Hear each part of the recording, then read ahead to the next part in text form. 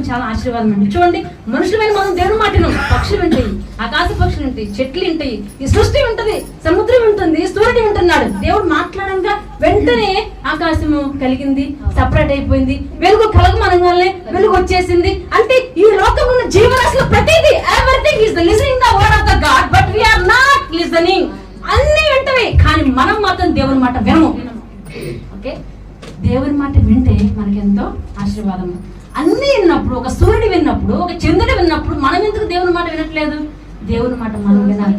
చూడండి, మోషేతో ఏమంటాడు అంటే, బండ దగ్గరికి వెళ్ళి నువ్వు బండతో మాట్లాడు, వాళ్ళకి నీరు కావాలి కదా, అన్ని ప్రాంతాలు నువ్వు బండతో మాట్లాడు, నీకు నీరు వస్తుంది అని దేవుడు అన్నాడు. చూడండి, అంటే బండతో మాట్లాడంటే బండకి ప్రాణం ఉందా? లేదు. ఎందుకు బండతో దేవుడు మాట్లాడమంటున్నాడు అంటే, ప్రాణం లేని వాడితో కూడా దేవుడు మాట్లాడతాడు, అవి కూడా దేవుని మాటనే వింటాయి.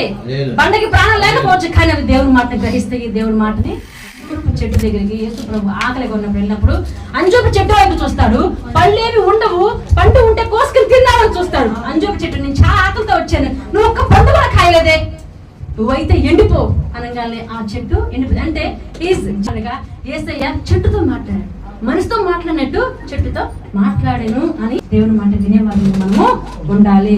దేవుని